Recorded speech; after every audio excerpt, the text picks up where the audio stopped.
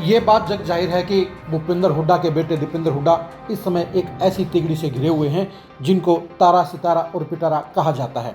इन नेताओं की तिगड़ी ने दीपेंद्र हुड्डा की आंखें बंद करने का काम किया है, उनको गलत सलाहें देने का काम किया है। यही वजह है कि दीपेंद्र हुड्डा लगातार गलतियां कर रहे हैं। भूपेंद्र हुड्डा की तरह दीपेंद्र हुड्डा फील्ड से जुड़े हुए नेताओं पर विश्वास करने के बजाय इस तिगड़ी के सिफारिश के आधार पर नेताओं को जांचने का काम करते हैं, जिसके चलते वो गलत नेताओं को प्रमोट कर रहे हैं और मजबूत नेताओं को इग्नोर करने का काम कर रहे हैं। दीपेंद्र हुड्डा ये नहीं समझ पा रहे हैं कि ये तिगड़ी अपने फ़ायदे के हिसाब से उन्हें रिपोर्ट देती है, अपने फ़ायदे के हिसाब से वो लोगों की बुराई करती है और अपने फ़ायदे के हिसाब से नेताओं की निंदा करती है, बुराई करती है। लेकिन उनकी सिफारिश भूपेंद्र हुड्डा और दीपेंद्र हुड्डा की सियासत को बड़ा नुकसान पहुंचाने का काम कर रही है। और कांग्रेस जिलाध्यक्ष की सूची के अंदर भी ये आरोप लगाए जा रहे हैं कि तारा सितारा और पिटारा ने 4 जिलों का बंटाधार कर दिया है। नमस्कार, मैं हूं कुलदीप शिवरान।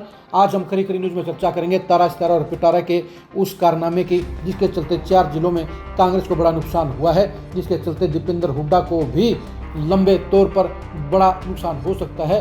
क्योंकि जहां वो तारा सितारा और पिटारा पर पूरा भरोसा रखते हैं, वहीं इन तीनों नेताओं की तिगड़ी ने ऐसे नेताओं को जिलाध्यक्ष बना दिया है जो ना तो कांग्रेस को फायदा पहुंचाने का काम करेंगे और ना ही दीपेंद्र हुड्डा को मजबूती देने का काम करेंगे।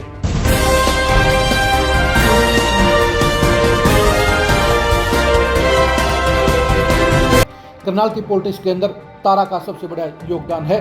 वो इस समय कांग्रेस में सबसे वजनदार नेता बनने की कोशिश कर रहे हैं। पार्टी ने उन्हें बड़ा चुनाव लड़ाने का काम भी किया, लेकिन वो पार्टी के प्रति वफादार नहीं हैं। वो सिर्फ अपने फ़ायदे की पॉलिटिक्स देखते हैं।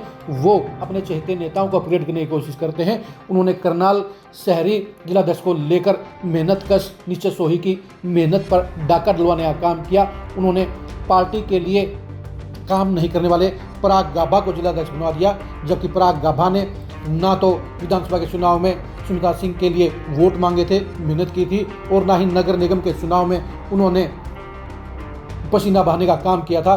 पार्टी ने कोऑर्डिनेटर के तौर पर पराग गाभा की जिम्मेदारी लगाने का काम किया था, लेकिन पराग गाभा ने मनोज बुधवा के लिए कोई मेहनत नहीं की, जबकि सारी की सारी मेहनत निश्चित सोही ने सह कोऑर्डिनेटर के तौर पर करने का काम किया था। लेकिन निश्चित सोही की मेहनत को जाया कर दिया गया और पराग गाभा को सिर्फ इसलिए जिलाध्यक्ष बना दिया गया क्योंकि तारा ने उसकी सिफारिश करने का काम किया था। इसी तरह पानीपत के अंदर भी सितारा ने पार्टी का बंटाधार करने का काम किया है। सितारा ने वहाँ पर एक ऐसे नेता को जिलाध्यक्ष बना दिया है, यानी रमेश मलिक को जिलाध्यक्ष बना दिया है, जो मेरिट के आधार पर जाट नेताओं में ही नंबर 10 पर आते हैं। रमेश मलिक के तौर पर सबसे कमज़ोर नेता को सितारा ने इसलिए जिलाध्यक्ष बनाया है ताकि वो उसके रास्ते का कांटा ना बने, ताकि अगले चुनाव में उनके टिकट पर कोई खतरा ना हो। और सितारा यही चाहते हैं कि पानीपत में उनके सामने कोई भी मजबूत जाट नेता ना उभरे, इसलिए पानीपत ग्रामीण के लिए सबसे कमज़ोर रमेश मलिक को जिलाध्यक्ष बनवा दिया गया है। इसके चलते दीपेंद्र हुड्डा और भूपेंद्र हुड्डा के 1 दर्जन वफादार पुराने जाट नेताओं में नाराजगी का बड़ा आलम है। सबसे बड़ा कारनामा तो रोहतक और झज्जर में किया गया है। रोहतक और झज्जर दीपेंद्र हुड्डा का जहां अपना पार्लियामेंट है, वहीं हुड्डा परिवार का अपना गृह जिला भी है, लेकिन पिटारा ने यहां पर अपना खेला कर दिया है। पिटारा इस समय हुड्डा फैमिली में सबसे ज़्यादा पहुंच वाले शख्स हैं और वो बड़े बड़े काम भी अपने हिसाब से करवा लेते हैं। उनके ऊपर दीपेंद्र हुड्डा आंख मूंद कर विश्वास करते हैं, लेकिन पिटारा ने ही रोहतक में दीपेंद्र हुड्डा को बड़ा नुकसान पहुंचाने का काम कर दिया है।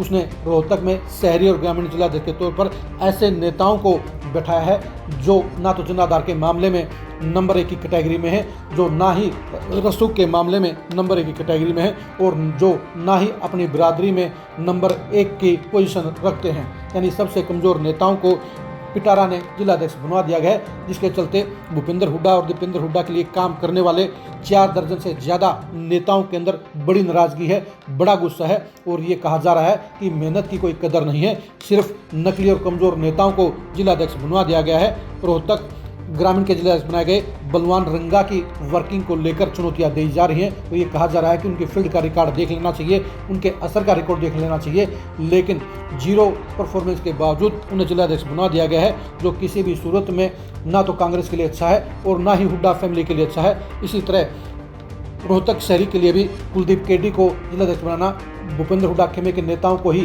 रास नहीं आ रहा है और ये कहा जा रहा है कि मजबूत नेताओं को दरकिनार करके उनकी नियुक्ति की गई है, जो शहर में कांग्रेस को और हुड्डा फैमिली को कमजोर करने का काम करेगी।